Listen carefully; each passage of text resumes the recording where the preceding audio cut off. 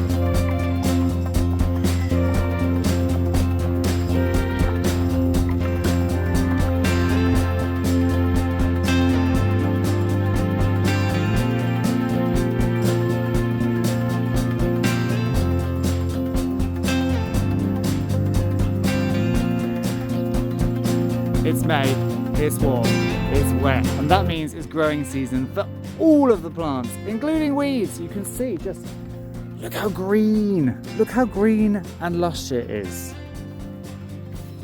There's not a bad thing about it, but I was away for 2 days in the middle of this past week. First time away from the farm in 3 years. So I had 2 days away to visit a friend for her wedding. And when I came back, look! Everything has just gone absolutely mental. The grass seems to have grown by a foot in the space of 2 days. Now, I'm not going to complain because last year we had a massive drought, nothing grew at all. But it has kind of shocked me because I have so many things to do. And just touching on that, I want to say thank you to all of you who've reached out to me and asked if I'm okay, because I haven't had a video for a couple of weeks almost. I am fantastic.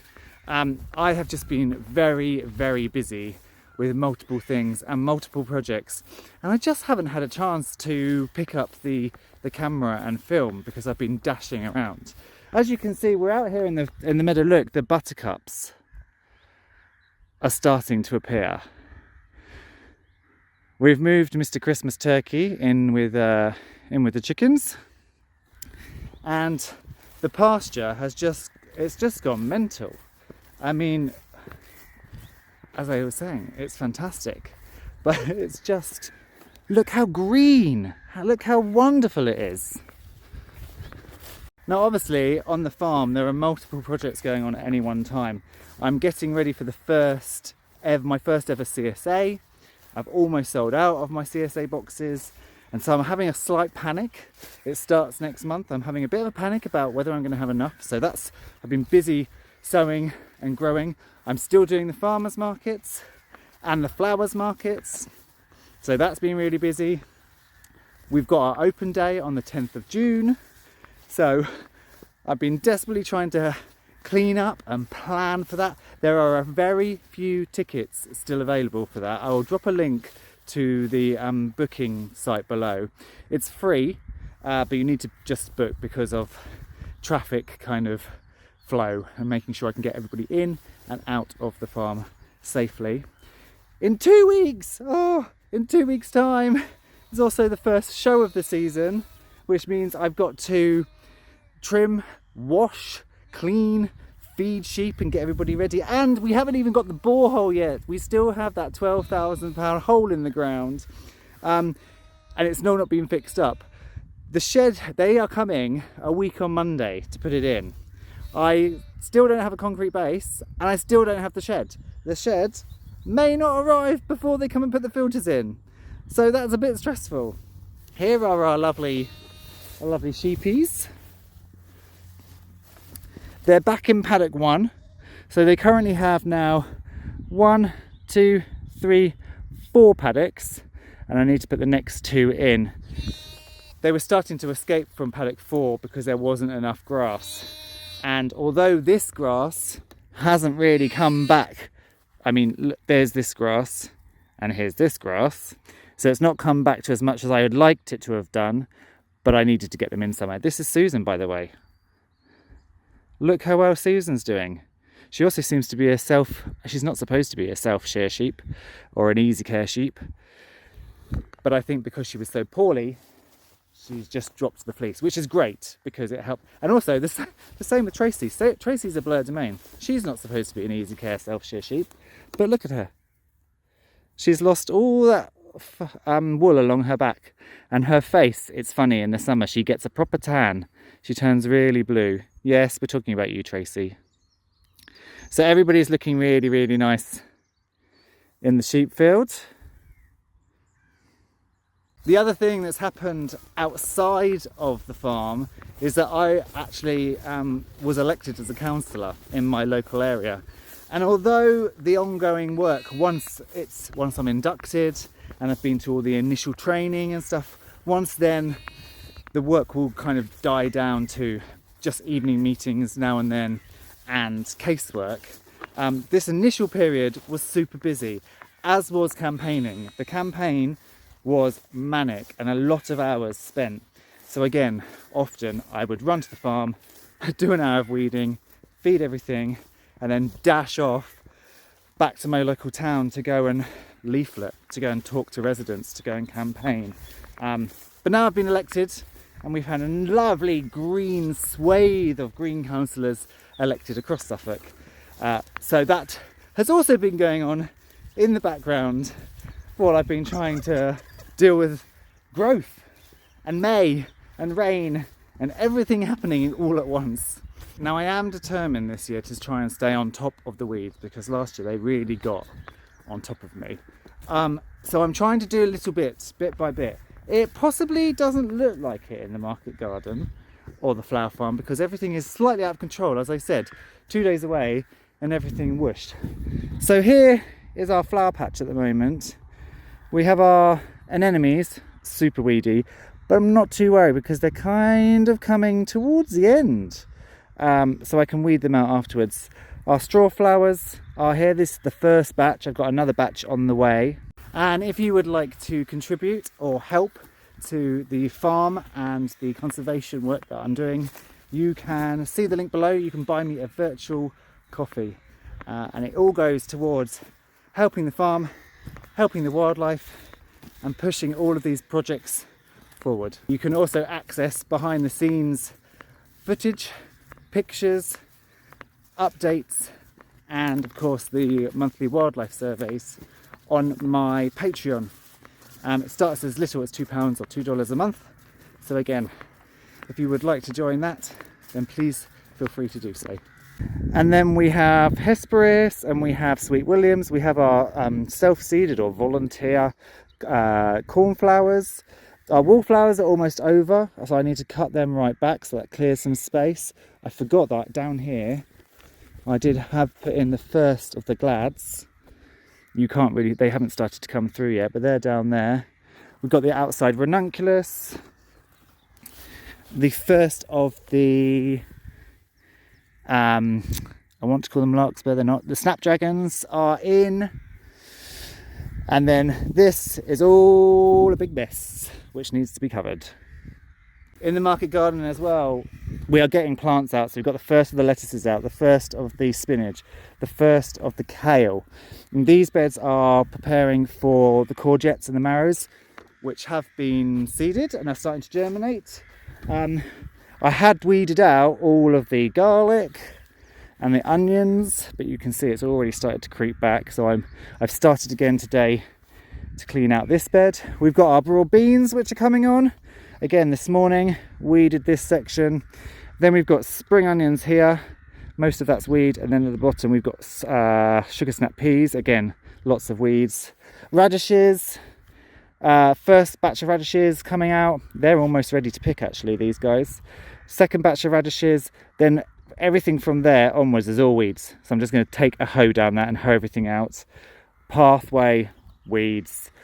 This was the carrot bed. Not a single thing germinated. So I'm just going to weed that entire bed back out. And then we have the turnips. Again, a few little weeds, and you can't really distinguish the path at the moment. So I kind of need to weed. And the first of the beets. I am trying to stay on top of it, I promise you, but I don't know about you, but when that warm, wet weather hits, everything goes manic. Here are our seedlings. So we've got kind of flowers at this end, and then veg at this end. And then a quick look in at the polytunnel, which actually is kind of going over because I had all my leafy greens in the polytunnel over winter, but it's now too hot. So the lettuces are done, they need to be pulled out. The chard, as you can see, I'm still getting some charred leaves off this, but they really I need to switch now to the outside plants. The ranunculus have not done well in here at all because it's been too hot. The anemones again going over, but there are some larkspur and cornflowers in the corner. But really it's now a case of moving all of those cold weather crops out and concentrating on in the garden and moving the hot crops in. So the peppers, the tomatoes, the aubergines, the basil, and getting those ready for the CSA market or the CSA pickup that starts the first weekend in June. Very, very near. What are you eating? What have you found to eat down here? I hope it's not poo. Come on, let's go away. Let's go away, shall we? Go on. I find weeding quite relaxing when I don't let it bother me. Again, it can overcome you, but I'm trying to just do a little bit at a little time and just get to grips. And actually, I'm really glad that I had weeded out the garlic and the onions before, because it took me 2 or 3 minutes just to weed through this. And then you weed them, and I put them into my barrel or my pot or my old bin, and then I feed it to the piglets.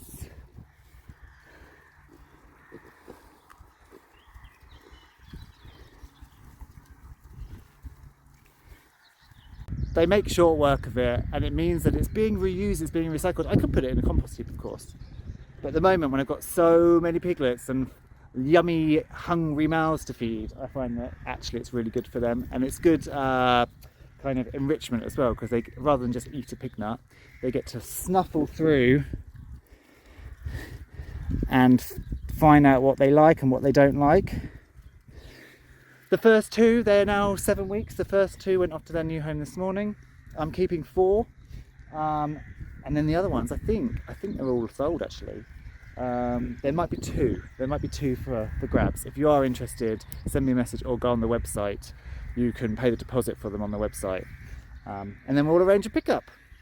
As for Margaret and Hyacinth, they are much happier pigs away from their piglets with those little piglet teeth, still trying to suckle. They're now back in with Richard, and much happier. They have lost a lot of condition, as you can see, but they've only been back in here for a week, and they've already started to put on a lot of weight, which I'm really happy about. I'm feeding them a lot at the moment, obviously to get that weight back on, and rotating this around, so it's about due to be rotated into this next set of weeds and brambles and dock and thistle. However, as the season of vanishing farms under weeds, it's also been a vanishing season for chickens. Not because the chickens have been eaten by anything, but because the chickens have all gone broody and disappeared off to sit on eggs. So I haven't moved the pigs because I knew there were a couple of silkies here's a couple of them down here. There was a couple of silkies in and around here on eggs. I haven't found the second nest yet. I have found the first though this morning. Actually, though I thought it was miles away, it's actually right here next to their coop. And here it is. It's actually underneath the coop. And she's right down here.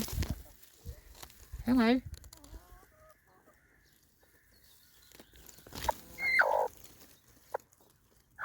And she's got loads of, oh yeah, she's got loads of eggs. Now, of course, I do have predators. There are badgers, there are foxes, but I'm going to just leave her on those eggs.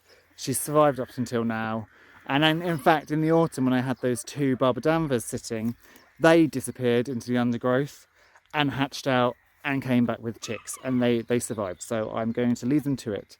My Old English game bantam has also disappeared, but I have seen her. Every day I see her for a few minutes, and I think she is over here underneath this sycamore somewhere on the edge of the barn. But I don't want to go and hunt her down too much, because if I tread down all the foliage, for example, around her nest site, I'm exposing it. So I want to just leave it alone so that she's kind of as hidden away as possible. So hopefully she can hatch. The only problem with her is those silky eggs, they'll be fertile. My Old English Gamecock Bantam is not the greatest boy in the world. So she may end up sitting for 3 weeks on completely infertile eggs. So it'd be useful to find her nest just so I could candle them and make sure she actually ends up hatching something. I know it's only May, but I'm already planning for Halloween, guys. So the pumpkin patch is going to be here. And the pigs have done an extraordinarily good job of cleaning it and levelling it. And this patch did originally look like this. And the pigs ploughed all of this into the ground. So it's really nice and fertile. The first of the pumpkins are now starting to germinate. I need to get them into nice little plug plants and then bring them across to this patch and get them growing ahead of the pick your own for Halloween. The other pick your own that I wasn't planning on doing was a strawberry patch, but I was actually gifted about 500 plants the other day. It happened the day before I had to leave. Actually, yeah, the day before I had to leave for the wedding. So on the morning that I was leaving, I just dug 2 trenches into the ground. I shoved all the plants in, I watered the hell out of them, and I've left them to see what happens. Now, some have not made it. Some have dried to a crisp. But there's quite a lot in here that I think will have made it. I wasn't planning on having a strawberry pick your own patch, and so I had no idea where to put it. So I think my plan for this year is see what survives, and then come autumn, when things are maybe a little bit quieter, move them to where I want the strawberry patch, and in the next few months I'll kind of get into my head where I want it. I am kind of one of those planning people. I find it difficult to be thrown a curveball and instantly know where I want it, because especially with things like pens, they're going to be there for a while. I don't want to put loads of effort into building a pen and it's in the wrong place. So it'll be good to take the next few months to think about where I would like the pick your own strawberry patch, and then I can actually move the plants over there. It will be in this vicinity, because here is my driveway. Here are the double gates that people will come through to access the pick your own area. So it will be in this sphere. I just don't know whether I want it right next to the pigs. Maybe I want to do it long ways along the fence and then have the pumpkins further out. I'm undecided. I don't quite know. So we'll see.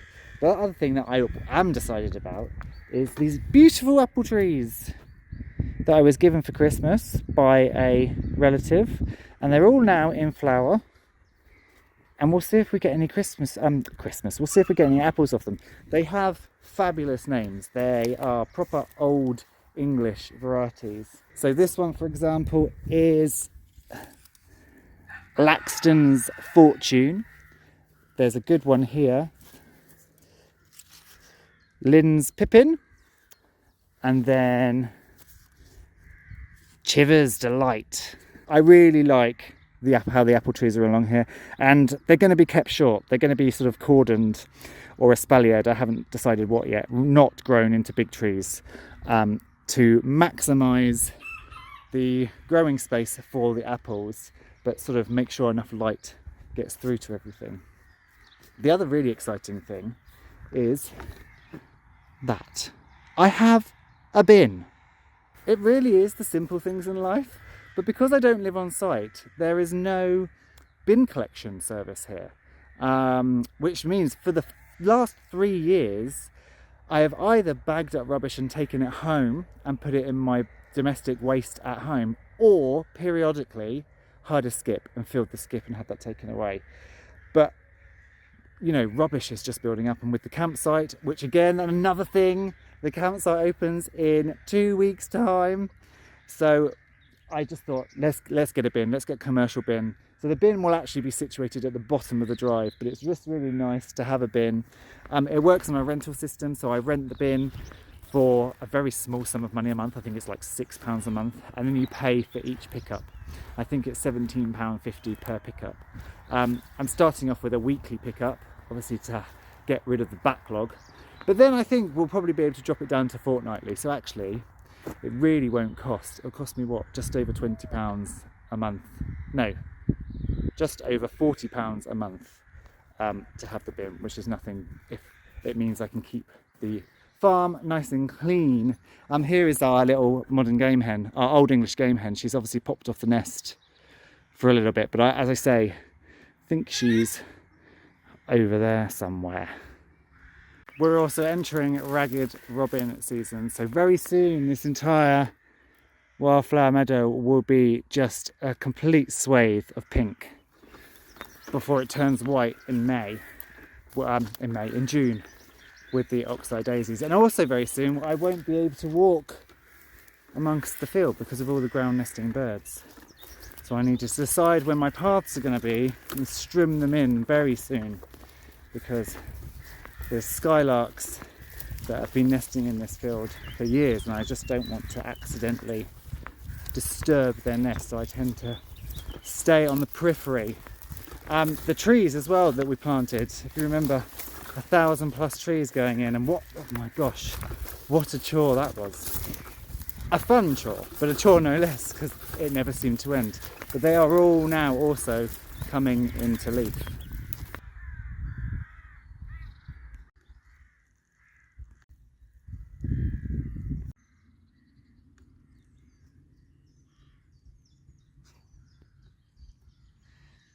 So today was definitely a little bit of a catch-up between you and I, so I could let you know that I'm okay.